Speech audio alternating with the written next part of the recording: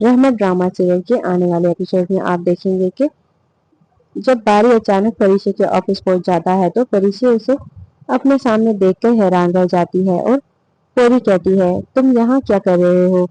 बारी मुस्कुराते हुए जवाब देता है, क्यों, क्या मैं अपनी होने वाली मंगेतर से मिलने नहीं आ सकता? ये सुनकर परिशे शर्मा जाती है, लेकिन फिर खुद को संभाल लेती है और कहती है कि ऑफिस में इस तरह आना ठीक नहीं है। बारी इसकी बात सुने बगैर इसे अपने साथ बाहर ले जाता है। दोनों एक खूबसूरत रेस्टोरेंट में साथ लंच करते हैं, जहां बारी बार बार परिशे को हंसाने की कोशिश करता है। परिशे भी काफी दिनों बाद दिल खोलकर हंसती है और दोनों के दरमियान मोहब्बत पहले से ज्यादा मजबूत होती दिखाई देती है। दूसरी तरफ माजी आलम को कहती है कि घर आना तुम। आलम रुमैसा को कहता है कि माजी ने घर पर बुलाया है। रुमैसा पहले तो मना कर देती है कि मैं नहीं जाने वाली वहां पर। जब आलम अकेला जाने लगता है तो रुमैसा जल्दी से तैयार होकर आलम के साथ चली जाती है। जुबैदा जब दरवाजा खोलती है तो रुमैसा और आलम दोनों अंदर आते हैं। जुबैदा खुशी खुशी इनका इस्तकबाल करती है, लेकिन रुमैसा फौरी शिकवा कर देती है, तुम लोगों ने तो मुझे अपना समझा ही नहीं, इसीलिए तो इतना बड़ा रिश्ता तय हो गया और मुझे बताया तक नहीं। जुबैदा नरमी से जवाब देती है, बस कुछ समझ ही नहीं आया, सब कुछ इतनी जल्दी हो गया। लेकिन रुमैसा वहां भी ताना देने से बाज नहीं आती। वो कहती है कि इसीलिए तो कह रही हूँ, बहुत ही बड़ी जगह हाथ मारा है तुम लोगों ने। ये सुनकर जुबैदा गुस्से से रुमैसा को देखती है, मगर माहौल खराब ना हो इसीलिए खामोश रहती है और इसी नजर अंदाज कर देती है।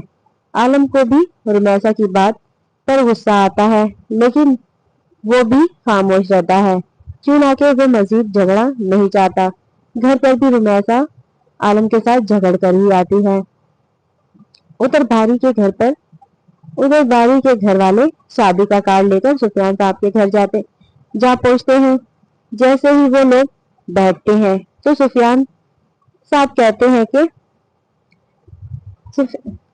जैसे ही वो वहां बैठते हैं तो सुफियान गुस्से भरे लहजे में कहता है, तुम लोग क्या समझते हो, तुम मेरे घर की खुशियां छीन लोगे और मैं तुम्हारी खुशियों में शामिल होऊंगा? इनकी बातें सुनकर खामोश हो जाती हैं। इनकी बातें सुनकर सब खामोश हो जाते हैं। तभी अनाया की वालदा अफसरदा आवाज में कहती है, भाई साहब, शायद आपको अंदाजा नहीं कि इस फैसले ने मेरी बेटी को अंदर से तोड़ दिया है। ये सुनकर राहिल भी बोल पड़ता है, माफ कीजिएगा चाचा जान, आपने बारी को तो खुश कर दिया, लेकिन मेरी बहन अनाया का क्या होगा? वो अंदर ही अंदर घुट रही है। ये सब सुनकर घर का माहौल मजीद बोझिला हो जाता है, जबकि अनाया खामोशी से अंदर बैठी कहती है कि बारी, तुम शादी तो कर लो, लेकिन मैं तुम्हारी जिंदगी बर्बाद कर दूंगी। दूसरी जानिब बारी दोबारा से परिशे से मिलने की जिद करता है, लेकिन परिशे साफ इनकार कर देती है। बारी बेचैन हो जाता है और मनाल से कहता है कि मुझे किसी न किसी तरह मिलना है परिशे से। मनाल कॉल लगाती है और अलीजे को कहती है कि परिशे से कहो कि मुझे मिलना है फौरी तुमसे। अलीजे कहती है परिशे को कि मनाल की कॉल थी। वो कहती है कि मुझे फौरी मिलना है तुमसे। परिशे मनाल की बात सुनकर उससे मिलने चली जाती है। जब वो वहां पहुंचती है तो मनाल मुस्कुराते हुए कहती है कि मैं तो मजाक कर रही थी, बस मुझे तुमसे मिलना था, इसीलिए ही मैंने कहा था कि अलीजे को के परिशे को कहो के मुझे तुमसे मिलना है। फिर बातों ही बातों में कहती है मनाल, भाई कह रहा था कि तुम बाकी लड़कियों से अलग हो। ये सुनकर परिशे शर्मा जाती है और नजरें झुका लेती है। कुछ ही देर बाद मनाल अचानक से वहां से उठकर ये सुनकर परिशे शर्मा जाती है और नजरें झुका लेती है।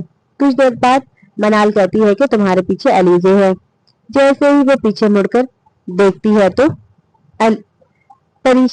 जैसे ही परिशे पीछे मुड़कर देखती है तो वैसे ही वहां से गायब हो जाती है मनाल और अपनी जगह पर बारी को बिठा देती है।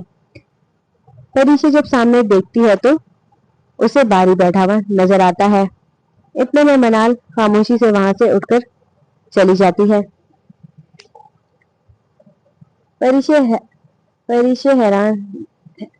हैरत से बारी को देखती रह जाती है, जबकि बारी मुस्कुराती